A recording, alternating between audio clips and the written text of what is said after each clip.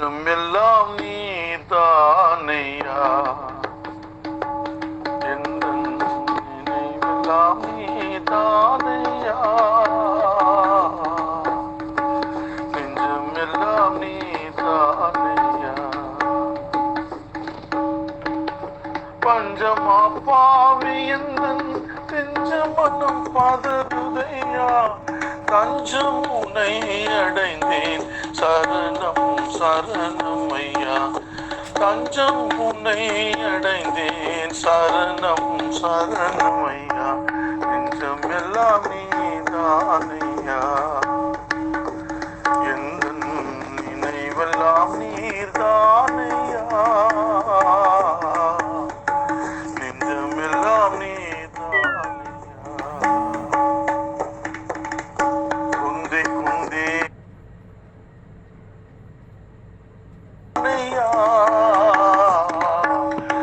நெஞ்சமெல்லாம் நீதானையா. கர்த்தருடைய பரிசுத்த நாமத்திற்கு மகிமை உண்டாகட்டும். ஆண்டவராகிய இயேசு கிறிஸ்துவின் இணையற்ற நாமத்திலே உங்கள் அனைவருக்கும் என்னுடைய அன்பின் வாழ்த்துக்களை நான் தெரிவித்துக் கொள்கிறேன். கர்த்தராகிய இயேசு கிறிஸ்து சபையின் ஊழியக்காரனாய் இருக்கிற ஜோசுவா தங்கமணியாகிய நான் தேவனுடைய ஆவியினால் ஏவப்பட்டு உங்களோடு கூட பேசிக் கொண்டிருக்கிறேன். எனக்கு அன்பான தேவனுடைய பிள்ளைகளே, ஆசீர்வதிக்கப்பட்ட இந்த நாளிலே நாம் தியானிக்கும்படி தேவனாகிய கர்த்தர் நமக்கு தந்தொழினதான வசனம் என்னவென்றால், யோவான் எழுதின முதலாம் நிருபம் 4வது அதிகாரம், அதில் 5, 6 வசனங்கள். அதில் வேதம் சொல்லுகிறது, அவர்கள் உலகத்துக்கு உரியவர்கள், ஆகையால் உலகத்துக்கு உரியவைகளை பேசுகிறார்கள், உலகமும் அவர்களுக்கு செவி கொடுக்கும். நாங்கள் தேவனால் உண்டானவர்கள், தேவனை அறிந்தவன் எங்களுக்கு செவி கொடுக்கிறான், தேவனால் உண்டாயிராதவன் எங்களுக்கு செவி கொடுக்கிறது இல்லை.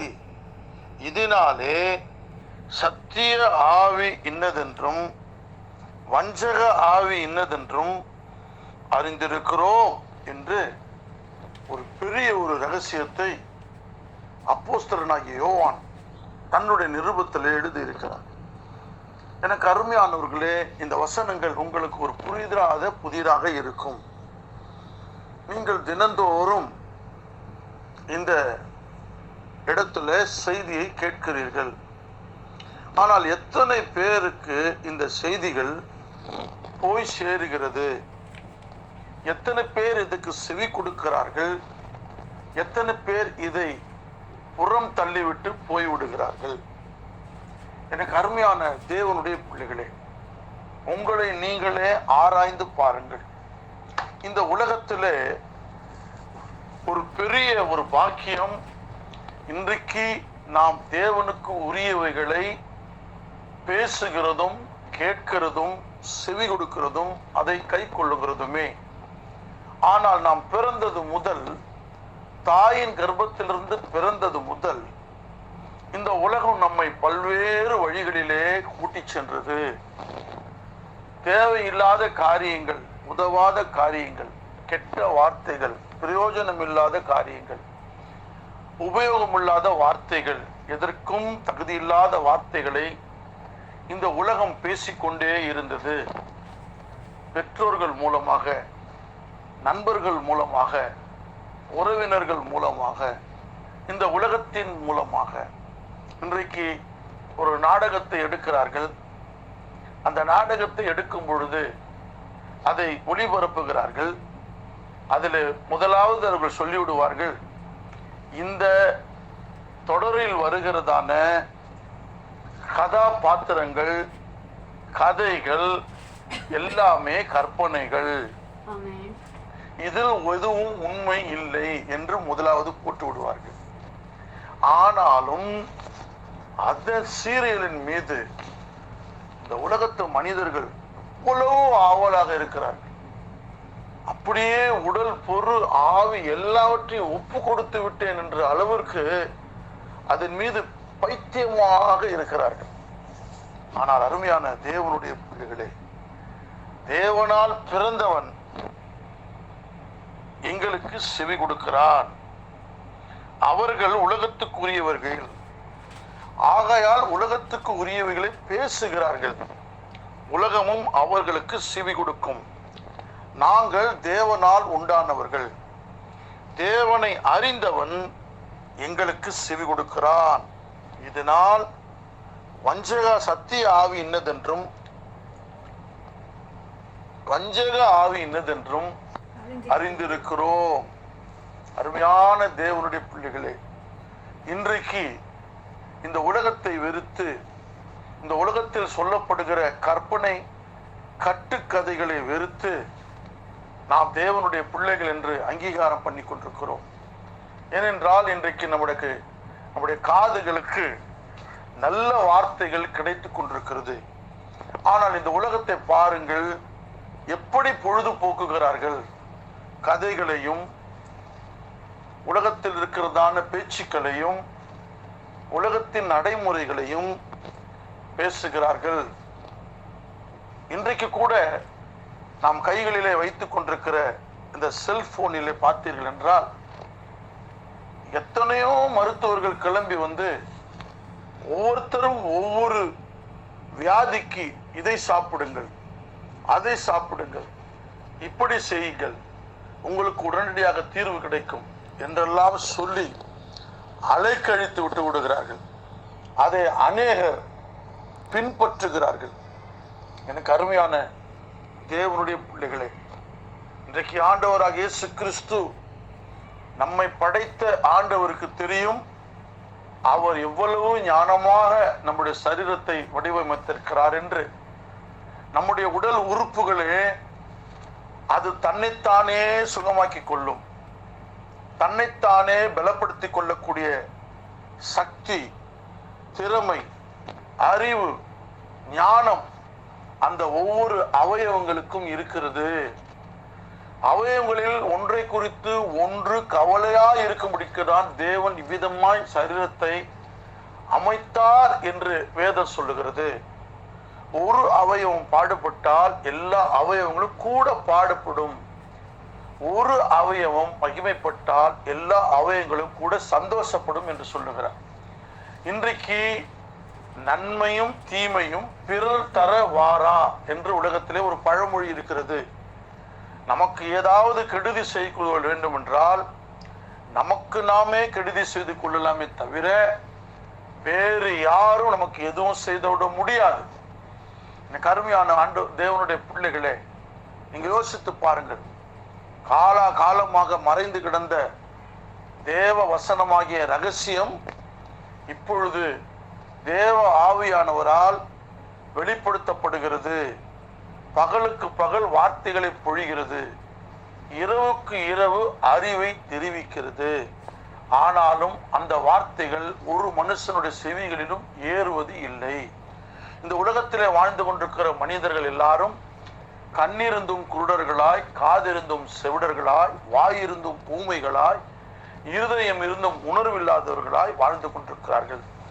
ஒரு நாள் பொழுது போனால் போதும், அதற்கு நம்முடைய காலத்தை, நேரத்தை, சமயத்தை செலவிட வேண்டும் என்பதற்காக இன்றைக்கு தீவிரமாக முயற்சி செய்கிறார்கள். எனக்கு அருமையான கர்த்தருடைய பிள்ளைகளே, உங்களுக்கு ஆண்டவர் விசேஷித்த ஞானத்தை கொடுத்திருக்கிறார், விசேஷித்த அறிவை கொடுத்திருக்கிறார்.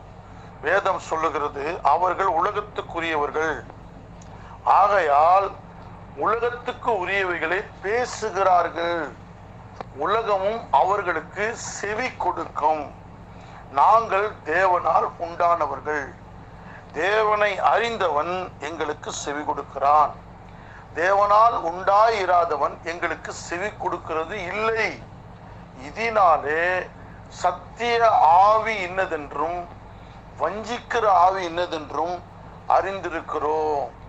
தேவனுடைய பிள்ளைகளே, நீங்கள் சத்தியத்தை அறிந்தால்தான் சத்தியம் உங்களை விடுதலையாக்குமே தவிர உலகத்திலே எந்த மனிதனாலும் பாவத்திலிருந்து, சாபத்திலிருந்து, தரித்திரத்திலிருந்து, கடன் தொல்லைகளிலிருந்து, கொடிய வியாதிகளிலிருந்து, பிசாசினுடைய போராட்டத்திலிருந்து நம்மை விடுவிக்க முடியாது.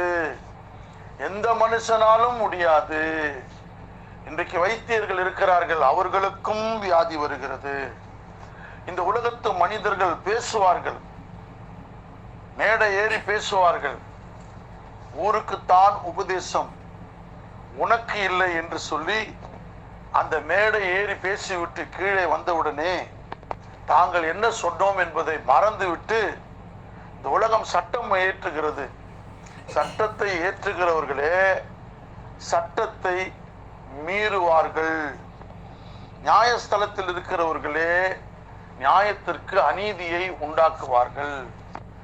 ஏனென்றால் இந்த உலகம் இருக்கிறதே அது பொல்லாங்கனுக்குள் கிடக்கிறது. எல்லோரையும் சத்துருவானவன் அறிந்து வைத்திருக்கிறான். எல்லாருக்குள்ளும் வஞ்சிக்கிற ஆவியை உள்ளே வைத்திருக்கிறான். ஆகவே அருமையானவர்களே, 1 தீமோத்தேயு 4வது அதிகாரம் 1-2 வசனங்களை நீங்கள் வாசித்து பாருங்கள். அதிலே வேதம் சொல்லுகிறது, ஆகிலும் ஆவியானவர் வெளிப்படையாய் சொல்லுகிறபடி பிற்காலங்களிலே மனசாட்சியிலே சூடுண்ட பொய்யருடைய மாயத்தினாலே சிலர் வஞ்சிக்கிற ஆவிகளுக்கும் பிசாசுகளின் உபதேசத்திற்கும் செவி கொடுத்து விசுவாசத்தை விட்டு விலகி போவார்கள் என்று எழுதப்பட்டிருக்கிறது. அருமையான தேவனுடைய பிள்ளைகளை, ஒரே ஒருவரை குறித்து அறிவித்தால்தான் உங்களுடைய வாழ்க்கையிலே விசுவாசம் வரும், மனம் திரும்புதல் வரும், தேவ பயம் வரும், இருதயம் நொறுங்கும், இருதயம் குத்தப்படும், தேவ பயம் ஏற்பட்டு நாங்கள் என்ன செய்ய வேண்டும் என்று தீவிரித்து வருவார்கள். ஆனால் இன்றைக்கு இந்த உலகம் முழுவதும் எத்தனையோ சபைகள் இருக்கிறது. இதற்கு சத்தியத்தை குறித்து பேசுகிறதற்கு எத்தனையோ பேர் கிளம்பி இருக்கிறார்கள். ஆனால் அவர்கள் என்ன பேசுகிறார்கள், எதை பேசுகிறார்கள், யாரை குறித்து பேசுகிறார்கள்? எனக்கு அருமையானவர்களே, இந்த உலகத்திலே அறிவிக்க வேண்டும் என்றால் ஆண்டவராகிய இயேசு கிறிஸ்துவை பற்றி மட்டும்தான் அறிவிக்க வேண்டும். ஏனென்றால் வேதம் சொல்லுகிறது, நாம் சத்தியம் உள்ளவரை அறிந்து கொள்வதற்கு தேவனுடைய குமாரன் வந்து நமக்கு புத்தியை தந்திருக்கிறார் என்று வேதம் சொல்லுகிறது. அப்படி இருக்கும் பொழுது அவர்தான் நமக்கு புத்தியை கொடுத்திருக்கிறார். இந்த உலகத்தில் இருந்து எதை பேசினாலும் யோசித்து பாருங்கள். ஆண்டவராக இயேசு கிறிஸ்து இந்த பூமியிலே தன்னுடைய ஊழியத்தை ஆரம்பித்த பொழுது 40 நாட்கள் ஒரு உபவாசத்திலே இருக்கிறார். அவர் உபவாசத்திலே இருக்கும் பொழுது முடித்த பிறகு பிசாசானவனால் இயேசு சோதிக்கப்படுவதற்காக ஆவியானவரால் வனாந்தரத்துக்கு கொண்டு போகப்பட்டார். அப்பொழுது ஆண்டவராக இயேசு கிறிஸ்துக்கு பசி உண்டாயிற்று. அப்பொழுது பிசாசானவன், நீர் தேவனுடைய குமாரனாய் இருந்தால் இந்த கல்லுகளை அப்பங்களாகும்படி சொல்லும் என்று சொன்னான்.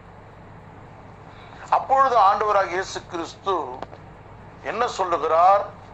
மனுஷன் அப்பத்தினால மாத்திரமல்ல, தேவனுடைய வாயிலிருந்து புறப்படுகிற ஒவ்வொரு வார்த்தையினாலும் பிழைப்பான் என்று எழுதி இருக்கிறதே என்று சொல்லுகிறார். நன்றாக யோசித்துக் கொள்ளுங்கள். இதில் எவ்வளவு பெரிய சூட்சுமம், எவ்வளவு பெரிய ரகசியம் அடங்கி இருக்கிறது.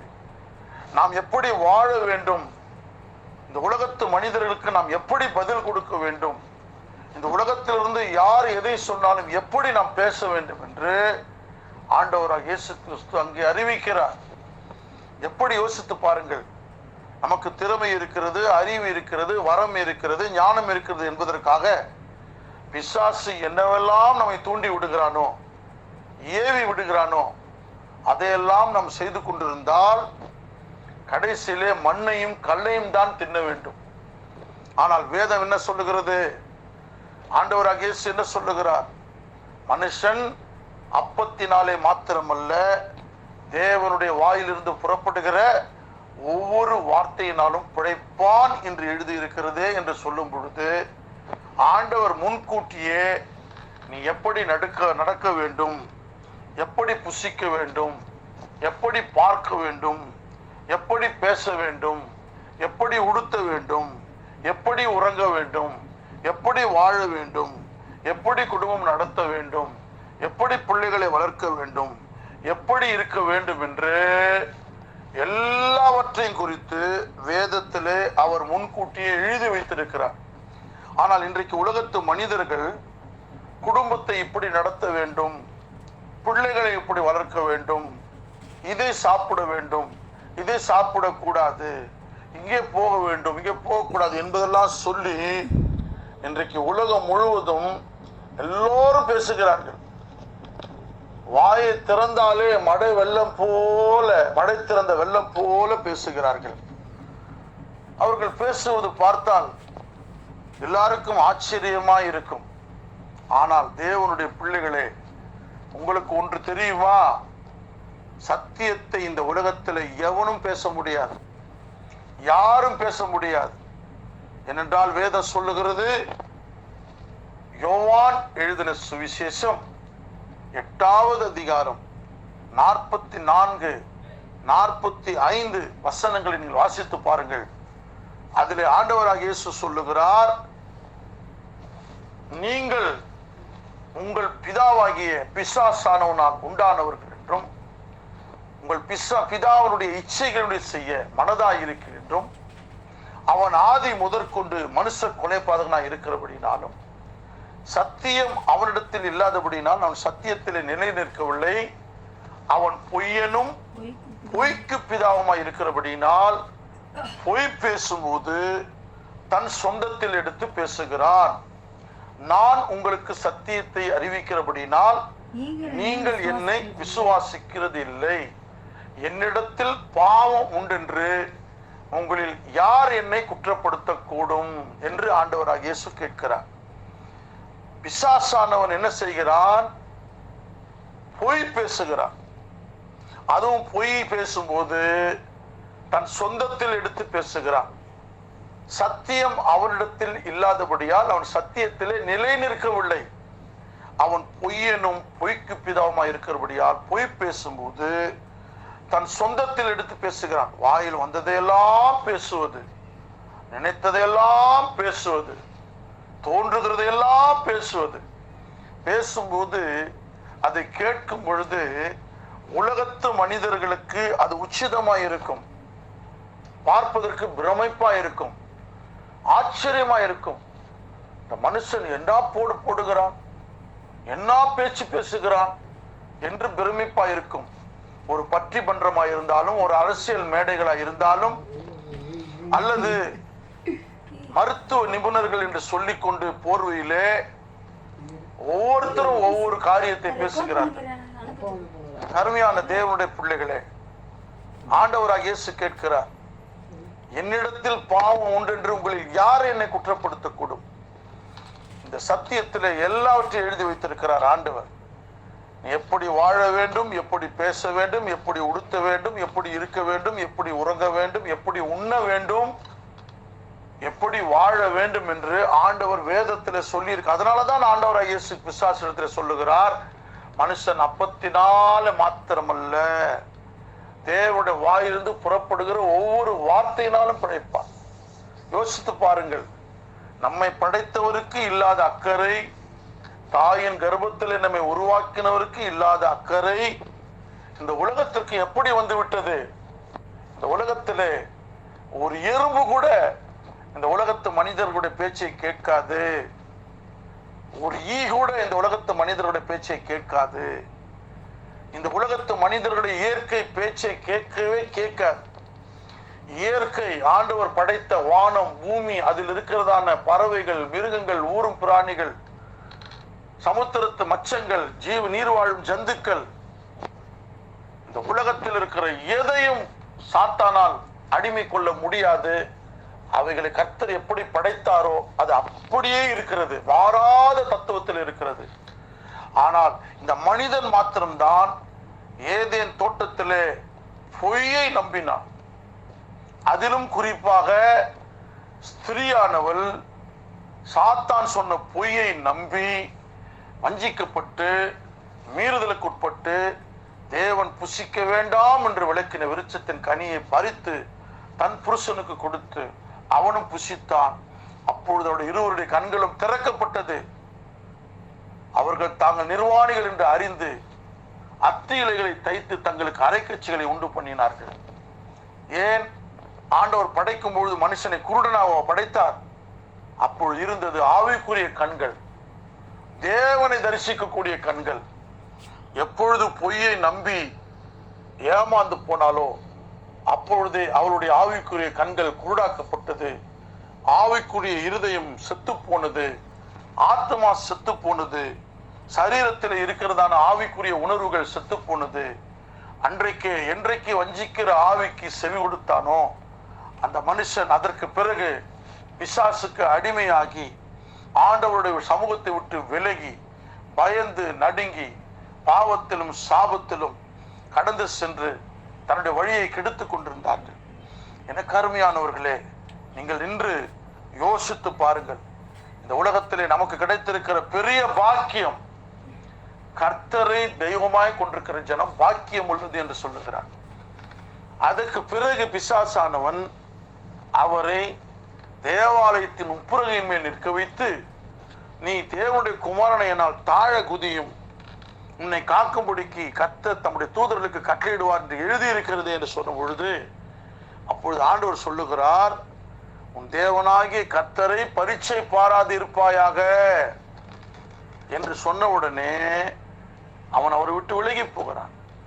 எனக்கு அருமையானவர்கள், இன்றைக்கு நமக்கு அறிவு இருக்கிறது, திறமை இருக்கிறது, ஞானம் இருக்கிறது, பணம் இருக்கிறது, நம்மை சுற்றிலும் நிறைய பேர் உறவுகள் இருக்கிறது, நண்பர்கள் இருக்கிறார்கள் என்று சொல்லிக்கொண்டு துணிகரமாக எதையாவது சாப்பிட்டு விடுவது, எதையாவது பேசி விடுவது, எங்கேயாவது போய் விடுவது. நன்றாக யோசித்துக் கொள்ளுங்கள். இன்றைக்கு ஆண்டவர் உன்னை பாதுகாத்து வைத்திருக்கிறார் என்றால் அடக்கமாய் இருக்க வேண்டும், அமைதலாய் இருக்க வேண்டும், பொறுமையாய் இருக்க வேண்டும், நிதானமாய் இருக்க வேண்டும், சாந்தமாய் இருக்க வேண்டும், ஜெபத்தில் இருக்க வேண்டும், விசுவாசிக்க வேண்டும், நம்பிக்கையிலே உறுதியாய், சந்தோஷத்திலே உறுதியாய், ஜெபத்திலே உறுதியாய் இருக்க வேண்டும். அதை விடுத்து சாத்தான் உன்னை தூண்டுகிறதற்கெல்லாம் நீ செவி கொடுத்தால், உன்னை ஏவி விடுகிறதற்கெல்லாம் நீ ஓடினால் கடைசியிலே வெட்கப்பட்டு நிற்க வேண்டியதாக இருக்கும்.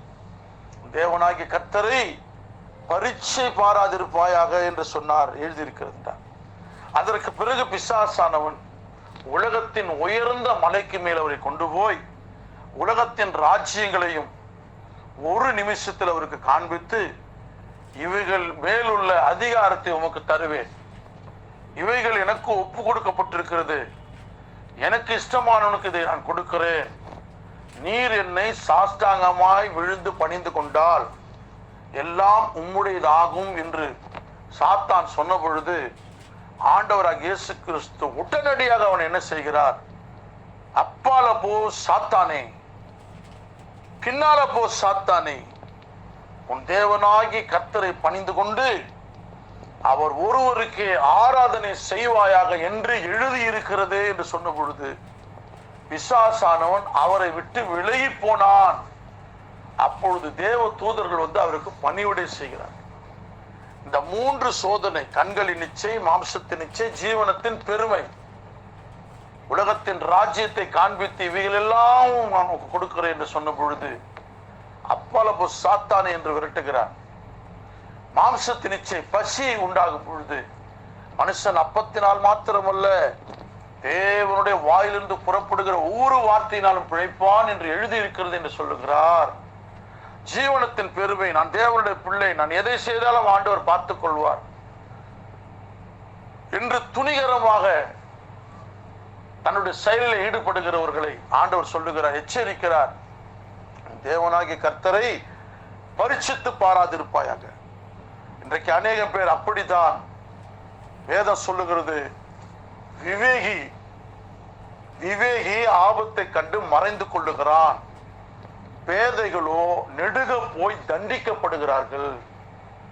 ஆம், அருமையான தேவனுடைய பிள்ளைகளே, இந்த உலகத்தின் சத்தத்தை நீ கேட்டால், இந்த உலகத்தின் சொல்லை நீ கேட்டால் நீ ஜெயிக்க முடியாது, தோற்றுக்கொண்டே இருக்க வேண்டும். உலகம் எப்படிப்பட்டது? அது நயமாய் பேசும், தேன் ஒழுக பேசும், வாசத்தோடு பேசும். ஆனால் வேதம் என்ன சொல்லுகிறது? ஆண்டவராகிய இயேசு என்ன சொல்லுகிறார்? யாக்கோபு எழுதின நிருபம் 4வது அதிகாரம் 4-5 வசனங்களை நீங்கள் வாசித்து பாருங்கள். அதில் வேதம் சொல்லுகிறது, உலக சிநேகம் தேவனுக்கு விரோதமான பகை என்று அறியீர்களா? ஆகையால் உலகத்துக்கு சிநேகிதனாய் இருக்க விரும்புகிறவன் தேவனுக்கு பகைஞனாகிறான். நம்மிடத்தில் வாசமாயிருக்கிற ஆவியானவர் நம்மீது வைராக்கிய வாஞ்சியாய் இருக்கிறார் என்று வேத வாக்கியம் வீணாய் சொல்லுகிறது என்று நினைக்கிறீர்களோ? தேவனுடைய பிள்ளையை சற்று நின்று நிதானித்துப்பார். நம்முடைய தேவனுக்கு நம்மீது இல்லாத அக்கறை உலகத்துக்கு ஏன் வந்திருக்கிறது? நண்பர்களுக்கு ஏன் வந்திருக்கிறது? நம்ம எப்படியாவது கிறிஸ்துவின் அன்பை விட்டு பிரித்து விட வேண்டும்.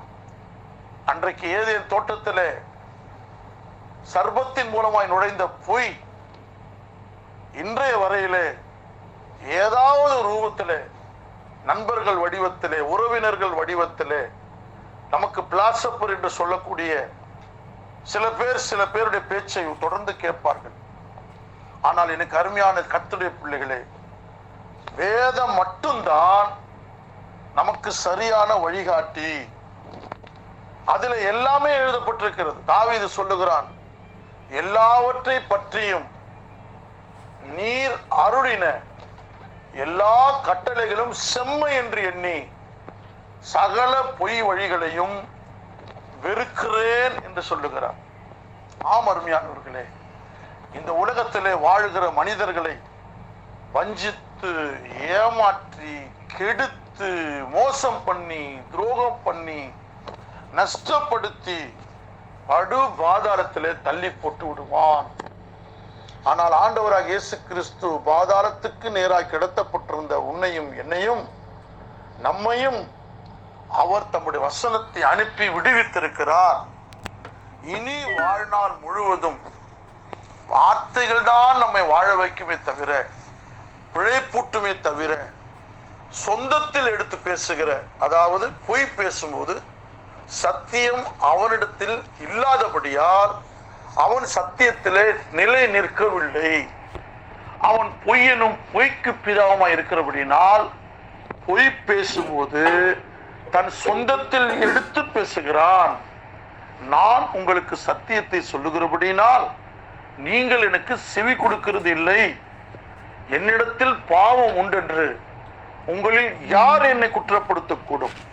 இன்றைக்கு நம்மை படைத்தவருக்கு இல்லாத அறிவு, படைத்தவருக்கு இல்லாத அக்கறை, படைத்தவருக்கு இல்லாத ஞானம், படைத்தவருக்கு இல்லாத இரக்கம் இந்த உலகத்துக்கு நம்மீது வந்துவிட்டது என்று நினைக்கிறீர்களா?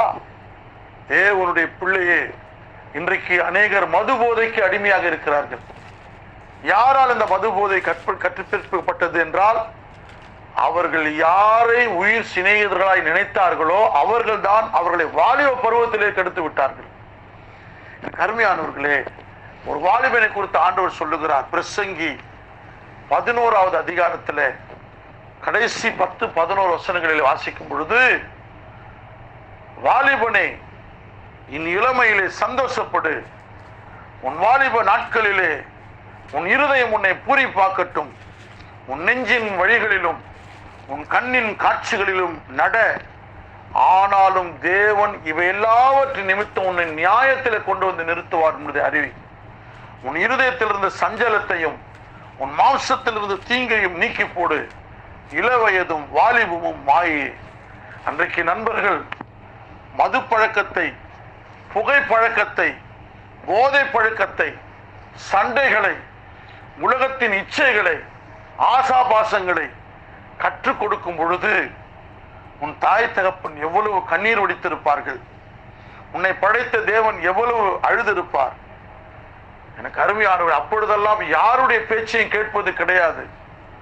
நானே ராஜா, நானே மந்திரி என்று திமிர்வாதம் பிடித்து, கர்வம் பிடித்து, அகங்காரம் பிடித்து தெரிந்த பொழுது கடைசியிலே அந்த விஷம், குடிப்பது விஷம், புகைப்பது விஷம், ஏன் உணவே விஷமாகும் பொழுது இது எல்லாம் அமிர்தமாக மாறும். இன்றைக்கு அநேகம் பேர் சொல்லுகிறார்கள், உடல் நலம் சரியில்லாத பொழுது ஃபுட் பாய்சன் ஆகிவிட்டது என்று சொல்லுகிறார்கள். தேவனுடைய பிள்ளைகளே, எதை உண்ண வேண்டும், எதை உடுக்க வேண்டும், எதை புசிக்க வேண்டும், எப்படி விழிக்க வேண்டும், எப்படி உறங்க வேண்டும், எப்படி வாழ வேண்டும் என்று வேதத்தில் இயேசு சொல்லி இருக்கிறார். அவர்கள் உலகத்துக்குரியவர்கள், ஆகையால் உலகத்துக்குரியவர்களை பேசுகிறார்கள், உலகம் அவர்களுக்கு செவி கொடுக்கும்.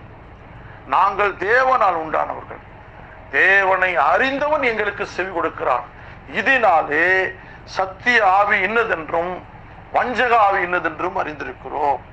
தேவனுடைய பிள்ளையே, உன்னோடு ஆண்டவர் தினந்தோறும் பேசிக் கொண்டுதான் இருக்கிறார். பகலுக்கு பகல் வார்த்தைகளை பொழிகிறது, இரவுக்கு இரவு அறிவை தெரிவிக்க. ஆனாலும் நீ அசட்டை பண்ணுகிறாய், ஆண்டோட வார்த்தைகளுக்கு செவி கொடுக்க மறக்கிறாய். ஆனால் உன் பெயர் கிறிஸ்தவன், நான் தேவனுடைய பிள்ளை என்று பெருமை பாராட்டிக் கொள்ளுகிறாய். இப்பொழுது கூட 40 நாட்கள் குடிக்காமல், உலகத்தை அனுபவிக்காமல் துக்கத்தோடு இருக்கிறாய். ஏனென்றால் இயேசு சிலுவையிலே அறையப்பட போகிறாராம். அதனால நான் இப்படி இருக்கிறேன். சரி, குட் ஃப்ரைடே முடிந்து ஈஸ்டர் ஆரம்பிக்கும் பொழுது அதோடு திருந்தி விடுவாயா என்றால், மறுபடியும் பழைய குடி கதவை திரடு என்று மறுபடியும் பழைய சூழ்நிலைக்கு தான் நீ போய் விடுவாய். தேவனுடைய பிள்ளைகளே, உன் சரீரத்திலே, உன்னுடைய மனசிலே, இருதயத்தில் இருக்கிறதான கெட்ட பழக்க வழக்கங்கள், இது யார் சொல்லிக் கொடுத்தது? நிச்சயமாய் தேவன் சொல்லிக் கொடுத்தது அல்ல. சோதிக்கப்படுகிற எவனும் நான் தேவனால் சோதிக்கப்படுகிறேன் என்று சொல்லாதிருப்பனாக. தேவன் பொல்லாங்கினால் சோதிக்கப்படுகிறவர் அல்ல, ஒருவனையும் சோதிக்கிறவரும் அல்ல. அவனவன் தன் தன் சுய இச்சையிலே இழுக்கப்பட்டு சிக்குண்டு சோதிக்கப்படுகிறான். பின்பு இச்சையானது கர்ப்பம் தரித்து பாவத்தை பிறப்பிக்கும், பாவம் பூரணமாகும் போது மரணத்தை பிறப்பிக்கும் என்று யாக்கோபு 1வது அதிகாரம் 13, 14, 17 எழுதப்பட்டிருக்கிறது. வாசித்து பாருங்கள். ஆகவே அருமையானவர்களே, எவனோ ஒருவன் கெடுத்து விட்டான், யாரோ நம்மளுக்கு தீமைகளை சொல்லிக் கொடுத்து விட்டார்கள். ஆனால் நம்மை படைத்தவர் ஒருபோதும் பாவத்தின் வழியிலே நம்மை நடத்த மாட்டார். ஆகவே அருமையானவர்களே, ஆடு கசாப்புக்காரனைத்தான் நம்புகிறது, மேய்ப்பனை நம்ப மறுக்கிறது. மேய்ப்பனுக்குத்தானே தெரியும், மேய்ப்பன் மேய்க்கிறார், காடு, மலைகள், வயல்கள், வனாந்தரத்தில் மேய்க்கிறார். இதனாலே நம்முடைய கால்கள் பலப்படுகிறது, நாம் சரீரம் ஆரோக்கியமா இருக்கிறோம். ஆனால் கசாப்பு கடைக்காரனாகிய உலகத்தார் ஆட்டிற்கு பருத்தி கொட்டை, புண்ணாக்கு, தவிடு, காய்கறிகள், கீரைகள் எல்லாவற்றையும் போடும் பொழுது அந்த ஆடு நினைக்கும், நம்முடைய மேய்ப்பன் நமக்கு ஒன்றுமே கொடுத்தது கிடையாது, எவ்வளவு நல்ல சாப்பாடு நமக்கு கிடைக்கிறது என்று. கொழுப்பு ஏற்ற வேண்டும், உன் மாம்சத்தை புஷ்டியாக்க வேண்டும் என்பதற்காகத்தான் ஆடே. அதற்கு பிறகு நீ புஷ்டியான பிறகு கசாப்பு கடைக்காரன் உன் கழுத்திலே கத்தி வைத்தது போல பிசாசானவன் உன்னை கொன்று போடுவான். ஆகவே கொழுப்பேறி தெரியக்கூடாது. இந்த உலகத்தின் வார்த்தைகளுக்கு செவி கொடுத்து விசுவாசத்தை விட்டு வழிவி போகக்கூடாது. ஆவியானவர் வெளிப்படையாய் சொல்லுகிறவருடைய பிற்காலங்களில் மனசாட்சியில் சூடுண்ட பொய்யருடைய மாயத்தினாலே சிலர் வஞ்சிக்கிற ஆவிகளுக்கும் பிசாசுகளின் உபதேசத்துக்கும் செவி கொடுத்து விசுவாசத்தை விட்டு விலகி போவார்கள் என்று சொல்லுகிறார். இன்றைக்கு உனக்கு விசுவாசத்தை விட்டு விலகி போகக்கூடாது.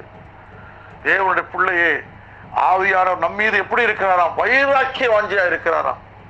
உன் மீது அவ்வளவு வாஞ்சியாய், அவ்வளவு பாசமாய், அவ்வளவு இரக்கமாய், அவ்வளவு தயவாய், அவ்வளவு மன உருக்கமாய் உன்னை ஆசீர்வதிக்க வேண்டும், உன்னை ஆரோக்கியமாக்க வைக்க வேண்டும், உன்னை பலப்படுத்த வேண்டும், உன் தலையை உயர்த்த வேண்டும், உனக்காக தன்னையே அர்ப்பணித்தார் அல்லவா ஆண்டவர்.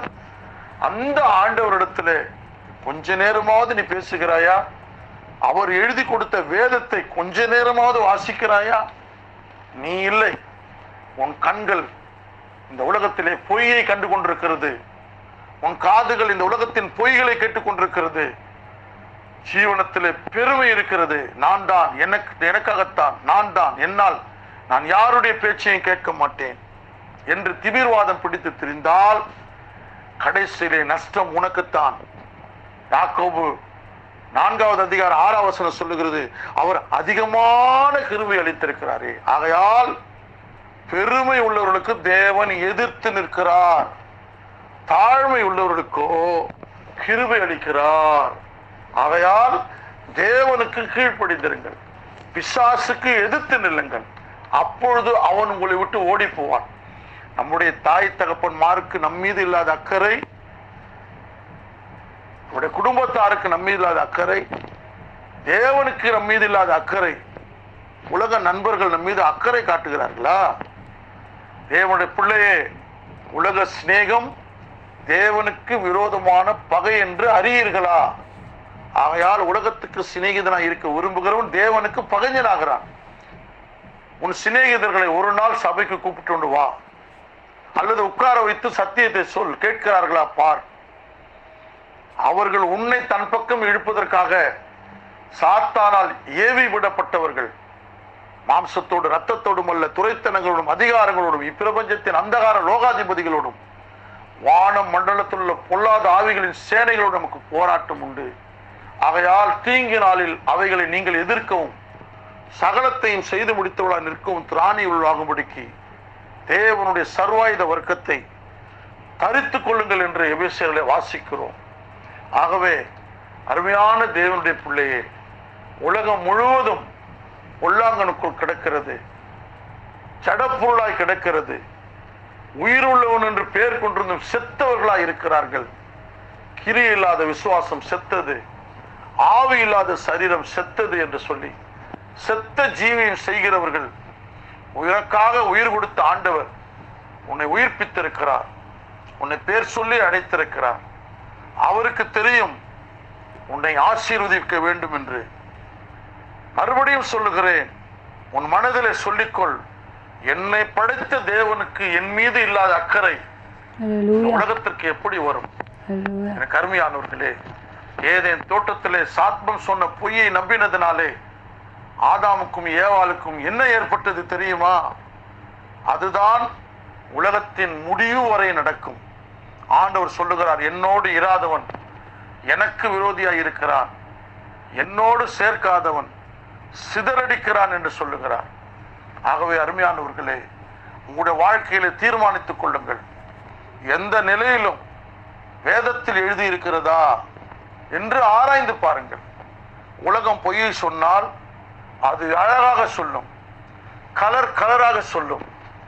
ஆனால் வேதம் என்ன சொல்லுகிறது? ஆண்டவராக இயேசு என்ன சொல்லுகிறார்? என்னை விட்டு தூரப்பட்டு மாயையை பின்பற்றி வீணராய் போவதற்கு என்னிடத்தில் என்ன அநியாயத்தை கண்டீர்கள் என்று ஆண்டவர் கேட்கிறார். என் பிள்ளையே, நான் உனக்கு என்ன குறை வைத்தேன் என்று கேட்கிறார். நீ உன் சுய புத்தியிலே போய், உன் சுய சிந்தையிலே போய் உலகத்தாருடைய சொல் பேச்சை கேட்டு உன்னை நீயே கெடுத்துக் கொண்டாய். இப்பொழுது கூட உனக்கு சகாயம் உண்டு. இப்பொழுது கூட மனம் திரும்பினால், ஆண்டவரிடத்திலே வந்து மன்னிப்பு கேட்டார். வேதம் சொல்லுகிறது, 1 யோவான் 1ஆம் அதிகாரம் அதிலே 9-10 வசனங்களை வாசித்து பாருங்கள். நமக்கு பாவம் இல்லை என்று சொல்லுவோமானால் நம்மை நாமே வஞ்சிக்கூடாயிருப்போம். சத்தியம் நமக்குள் இராது. நம்முடைய பாவங்களை நாம் அறிக்கையிட்டால் பாவங்களை நமக்கு மன்னித்து எல்லா அநியாயத்தை நீக்கி நம்மை சுத்திகரிக்க அவர் உண்மையும் நீதியும் உள்ளவராக இருக்கிறார். யோனா தீர்க்கதரிசன புஸ்தகம் 2வது அதிகாரம் 8ஆம் வசனம் சொல்லுகிறார், பொய்யான மாயையை பற்றி கொள்ளுகிறவர்கள் தங்களுக்கு வரும் கிருபையை போக்கடிக்கிறார்கள். தேவனுடைய பிள்ளையே, ஆண்டவர் வருகிற காலம் இது. கிருபையின் காலம் முடிவடைந்து ஆண்டவர் வருகை சீக்கிரமாய் இருக்கிறது. இப்பொழுது கூட நீ உணர்வில்லாதவனாய் பொய்யான மாயைதான் நான் பற்றி கொண்டிருப்பேன், எனக்கு மாயைதான் வேண்டும், பொய் தான் வேண்டும், அது ரொம்ப இனிமையாக இருக்கு, இன்பமாக இருக்கு என்று சொல்லுவாயனால் கடைசியிலே மாயை பின்பற்றி வீணராய்த்தான் போக வேண்டும்.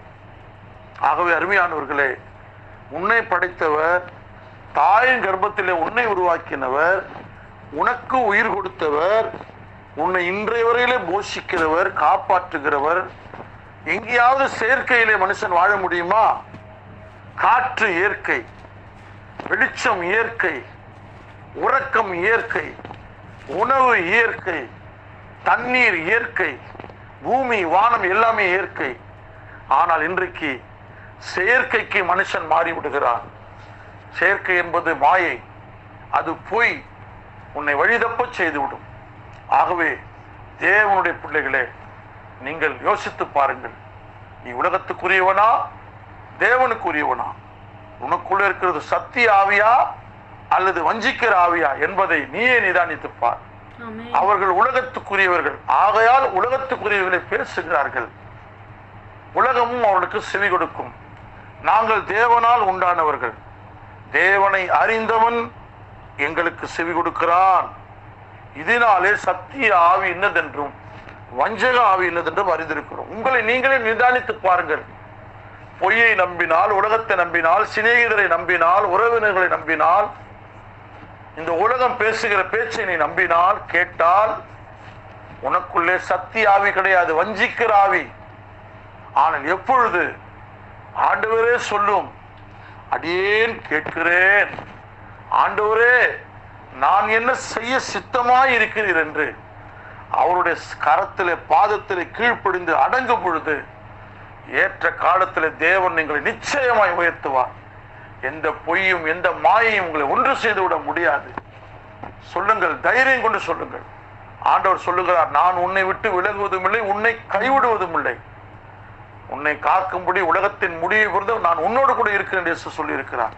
ஆகையால் தைரியம் கொண்டு சொல்லுங்கள், கர்த்தர் எனக்கு சகாயர், நான் பயப்படேன், மனுஷன் எனக்கு என்ன செய்ய முடியும் என்று.